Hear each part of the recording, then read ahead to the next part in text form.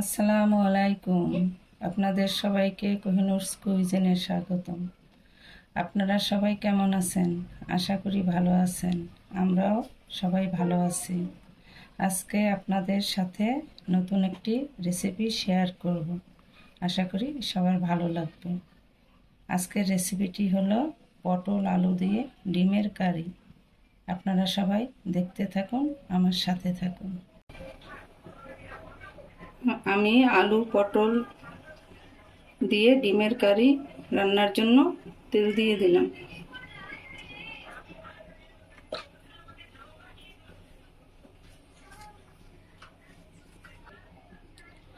আমি আলুগুলো ভেজে নিয়েছি, পটল ভেজে নিয়েছি, ডিমগুলি ভেজে নিয়েছি। আমি সবগুলি ভেজে এখন আমি বসাবো। আমি পেঁয়াজ দিয়ে দিলাম,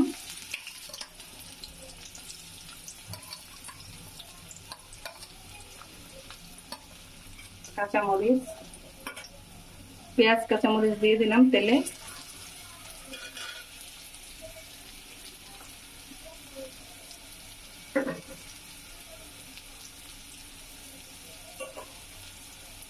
আমি লবণ দিয়ে দিয়েছি,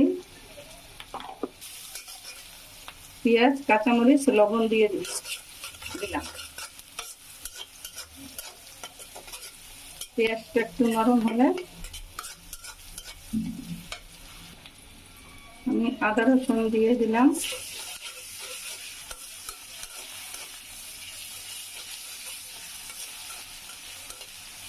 পেঁয়াজটা একটু নরম হয়েছে, এখন আমি আদা রসুনটা দিয়ে দিলাম।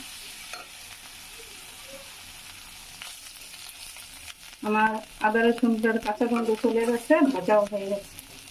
এখন আমি হলুদের গুঁড়া, মরিচের গুঁড়া, ধনিয়ার গুঁড়া একসাথে মিক্স করে দিয়ে দিলাম। আমি পানি দিচ্ছি।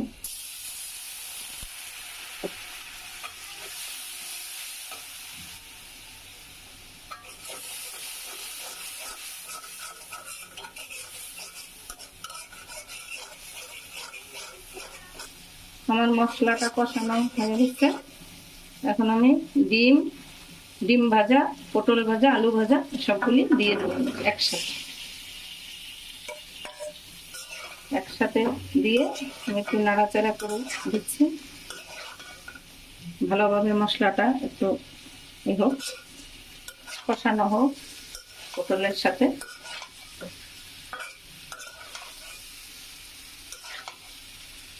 আপনারা যখন রান্না করবেন পটল আলু আলাদা আলাদা ভেজে নেবেন, ডিমটা তারপরে ভেজে নিয়ে তারপরে সবকিছু একসাথে কষিয়ে রান্না করবেন।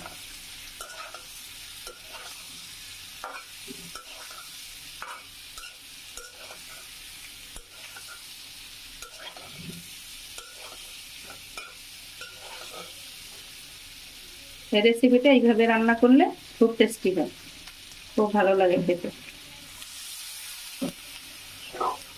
আমি জলের পানিটা দিয়ে দিলাম।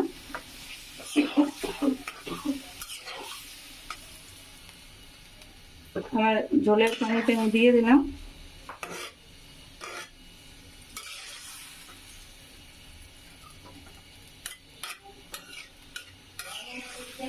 জলের পানিটা আমি দিয়ে দিলাম। এখন শুকিয়ে গেলে গায়ে মাখা মাখা হলে আমি ঝোলটা গায়ে মাখা মাখা হবে, তারপর আমি নামিয়ে ফেলবো।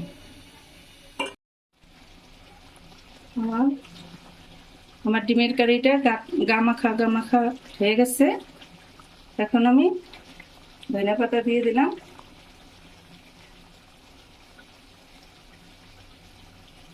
ধনিয়া পাতা দিয়ে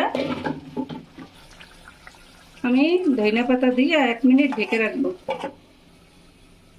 আমি ঢাকনাটা উঠিয়ে ফেললাম। আমার হয়ে গেছে কারি।